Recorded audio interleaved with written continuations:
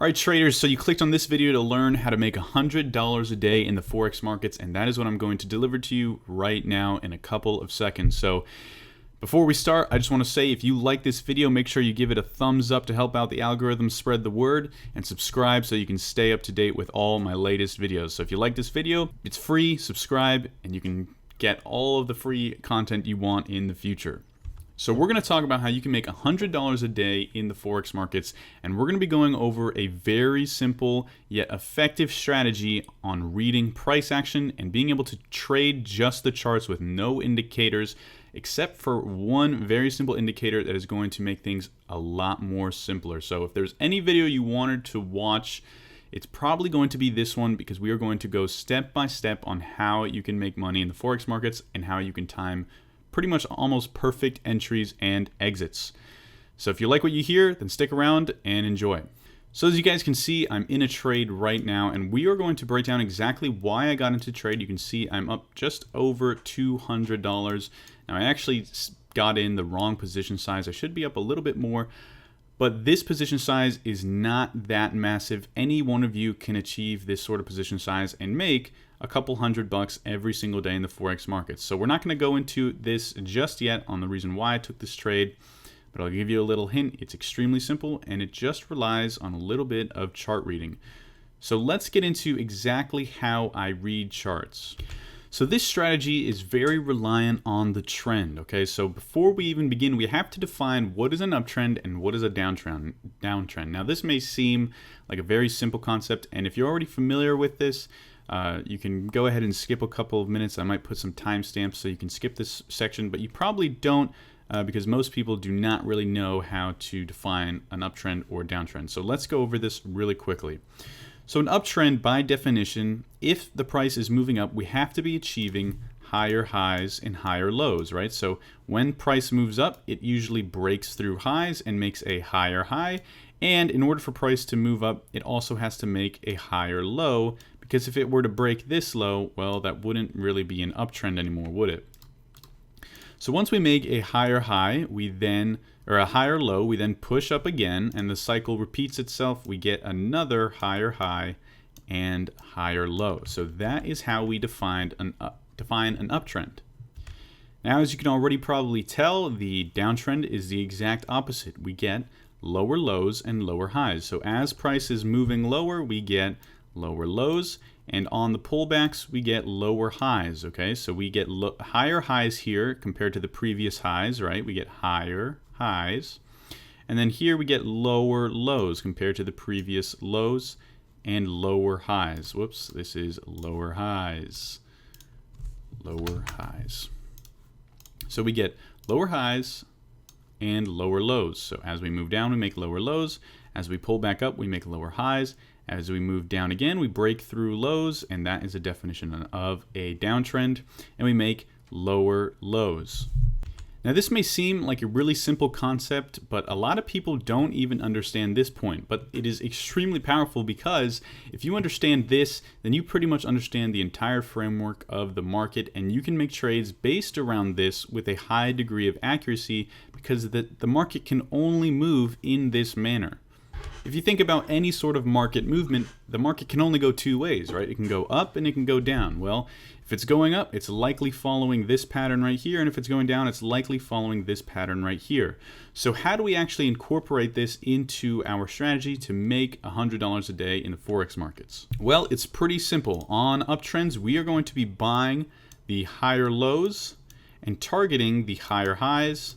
And on the downtrends, we're going to be shorting the lower highs, targeting lower lows, shorting lower highs, targeting lower lows. So what we're doing is we are trading with the trend. This is a trend-based strategy, and we are going to be trying to get into the market on these pullbacks. No matter whether it's an uptrend or a downtrend, we always want to be getting in on the pullbacks in the direction of the trend. Now don't click away from this video, because that's not all you need to learn, okay? We still have a few more steps before we can start applying this strategy. Before we continue, I want to introduce a very simple indicator that is going to simplify what we just learned about uptrends and downtrends, and this is on TradingView exclusively, and this was found by one of our private members. Thank you, Zester or Lucas G. whichever one you prefer.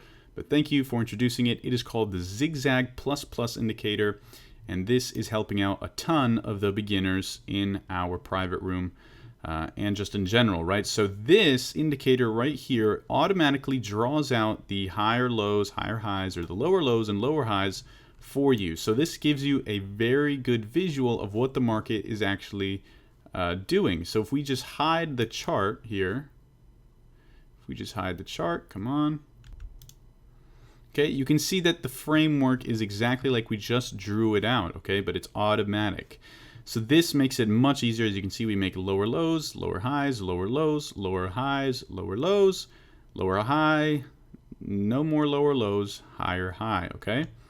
So this indicator is really great and will be a huge asset to you in being able to read the price action. The next step to trading this strategy is you must understand areas of buying and selling, okay? So what do I mean by areas of buying and selling? Well, we want to look in the past, right? So let me just scroll back here. We want to look in the past to see where are the areas where price reacted the most, right, in the past, okay? So I said the past a lot, but let's not focus on that right now. So if we're going to take a look at this chart right here, where are the areas in the past where the market reacted to the most? Well, if we just draw out some zones here, okay, we're going to use this box tool, and we just want to mark out where the market has reacted in the past. So right here, the market shot up, right? So this is an area where the market reacted in the past, shot straight up out of this area. So that is a level of buying, okay? Now, where did the market react anywhere else? It reacted right around here, okay? So we're just gonna mark that out as a little zone there. Okay, and now we have our buying and selling zones. Now, what you'll notice is that we come up to this area and retest it. So what we want to do with these zones is that we want to see them become retested and act as areas of buying and selling once again, okay? So we see that the price came up to this selling zone right there, and we usually expect for that selling zone to cause more selling once it's retested, okay? So we expected price to come back down. Unfortunately, it didn't. It kept going up for a little bit longer, and then we started getting that move back down. So let's see what happens when we retest this buying zone right here. We expect it to become an area of support or a buying zone, and we get a reaction. So what do we get? Exactly that, right into that zone. We get a ton of buying coming in. Now watch what happens when we retest this selling area again. Now it's a little bit of a different story. So the theory with these zones is that if price reacted to these areas in the past, they're likely to react in the future. Even if the first time they're touched, they get blown through, right? Again, in the future, they're still likely to hold.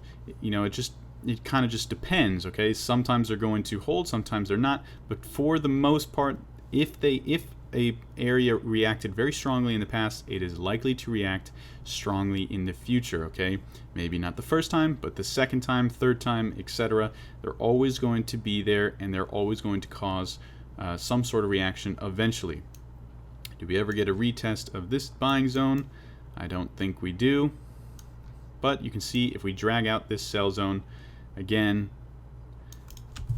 we can see how many times price has reacted to this level. So knowing this gives us a lot of edge in the market because we know where areas are likely to, or which areas are likely to cause some sort of turnaround in the market. So this helps us in timing our entries and making a profit.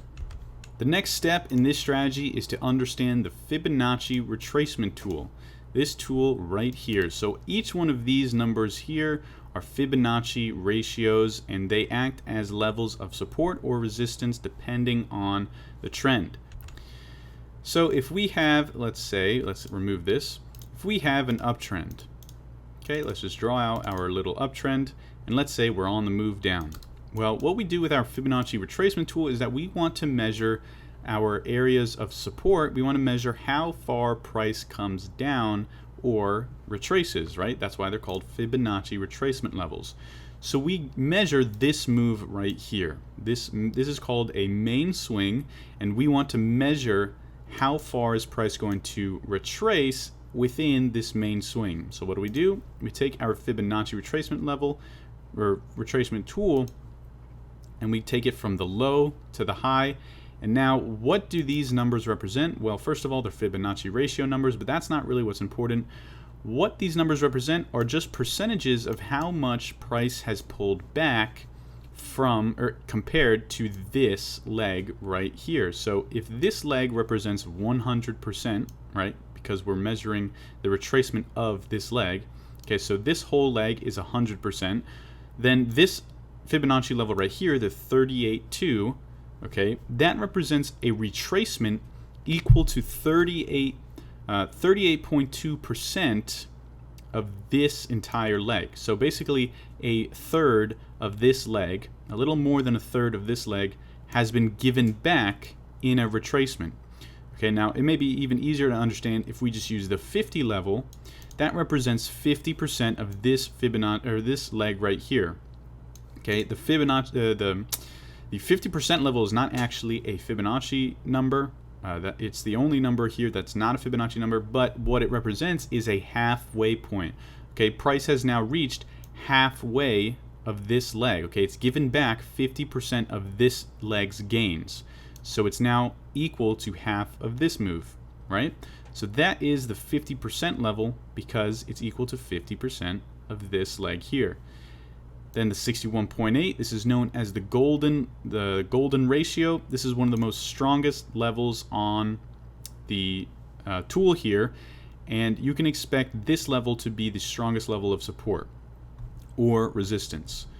This is where you're going to find most reversals occurring. It's going to be around the 61.8 level, but it doesn't necessarily have to hold. Okay, this can break all the time and go even lower down to that 786, 886 level, and then the 100. So just to give you the gist of it, each one of these levels act as support or resistance, and they represent a percentage of this leg right here.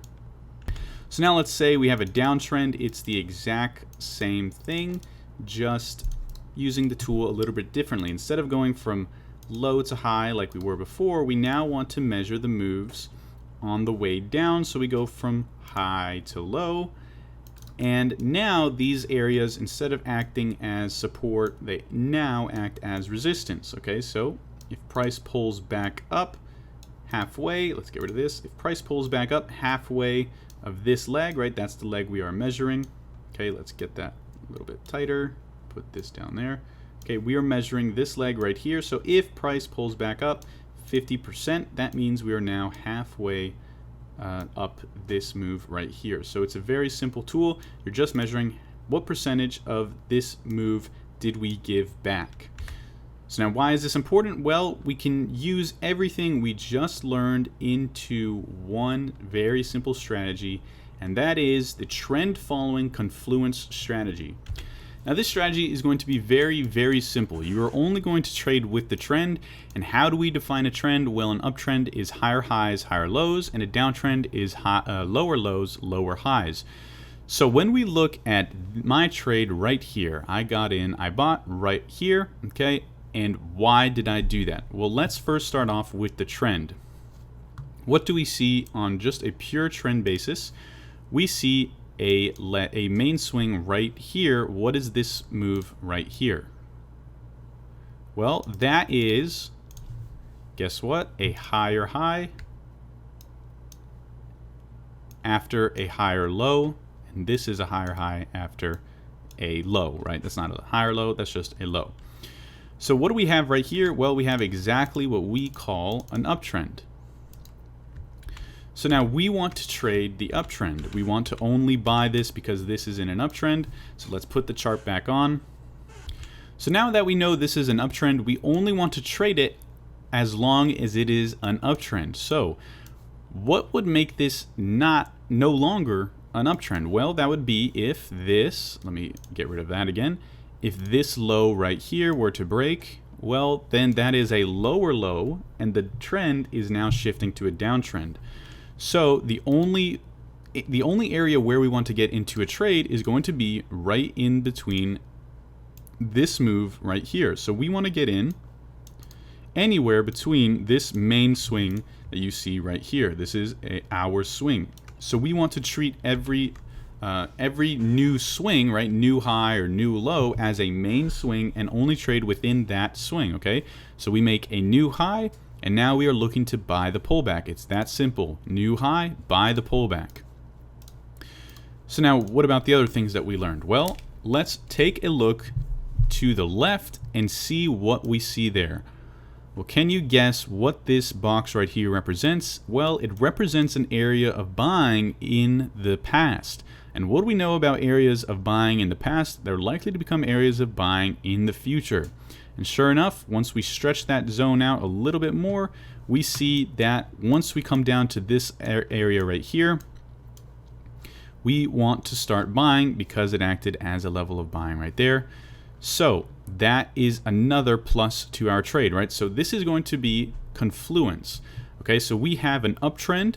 That's confluence number 1. We have an area of buying. That's confluence number 2. Now, what's the third confluence? Can you guess? It's going to be a Fibonacci retracement. So what do we also know about this move right here? Well, we have an easy Fibonacci retracement level to pull out right here. Okay, and all we're doing is going from this main low here to this main high. Okay, now you might be asking yourself, well, why didn't you just do it from the main swing right here? Well, you could, but what we're looking at here is we have our confluence level right here. Okay, this is our main buying zone, so we're looking to buy in this area. So what we do with every main swing is we look for a buying area within the main swing. Well, the only really good buying area within this main swing is going to be right around here. We look left, we see in this main swing, okay, right here, between these 2 points here, where's the strongest buying area? Well, it's going to be right here. We extend that to the right, and we get that zone. So does it really help if we take a Fibonacci retracement from the main swing here? Not really, because it's just going to tell us what we already know. It's just near the lows of the main swing. What's a little bit more helpful is taking the Fibonacci retracement tool and using it on this level right here, because this is the pretty much the clearest low that we can see, and we bring it up to that high. And what do we see within this box here? We see a 61.8 Fibonacci retracement level.